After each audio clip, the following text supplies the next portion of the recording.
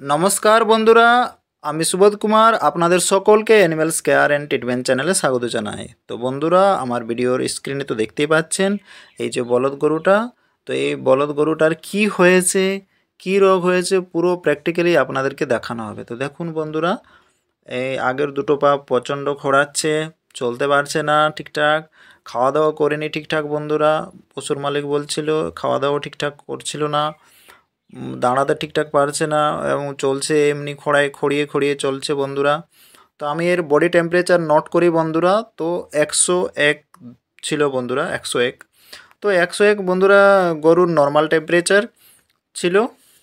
তো কিন্তু ল্যামনেস ছিল বন্ধুরা, আর আগের পাটাতে বন্ধুরা একটু সোয়েলিংও ছিল, হালকা সোয়েলিং ছিল বন্ধুরা। তো আমি কি ট্রিটমেন্ট করেছি পুরো প্র্যাকটিক্যালি আমি আপনাদেরকে বলে দেবো এই ভিডিওর মাধ্যমে। তো দেখুন বন্ধুরা, ট্রিটমেন্টের পর এই গরুটা পুরো সুস্থ হয়ে গেছে, এটা পুরো ঠিক হয়ে গেছে। তো আমি কি ট্রিটমেন্ট করেছি বন্ধুরা, তো আমি আপনাদেরকে ভিডিওতে বলে দিচ্ছি। তো আমি সিপিএম ট্রাইভিভেট করেছিলাম বন্ধুরা, সিপিএম করেছিলাম 10 ml আর ট্রাইভিভেট করেছিলাম 10 ml বন্ধুরা। আর করেছিলাম পেন্টালিন এস, এতে রয়েছে বন্ধুরা অ্যাম্পিসিলিন উইথ সালভ্যাক্টাম রয়েছে বন্ধুরা 3 গ্রাম করেছিলাম। আর করেছিলাম বন্ধুরা আর্টিজোন এস 17 ml করেছিলাম বন্ধুরা। তো এই ট্রিটমেন্টের করার পর, এই ইউনিক ট্রিটমেন্ট করার পর পুরো ঠিক হয়ে গেছে বন্ধুরা।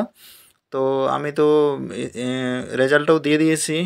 তো আমার ভিডিওটা ভালো লাগলে অবশ্যই বন্ধুরা চ্যানেলটিকে লাইক, শেয়ার ও সাবস্ক্রাইব করবেন, আর আমার পাশে থাকবেন, আমাকে সাপোর্ট করুন।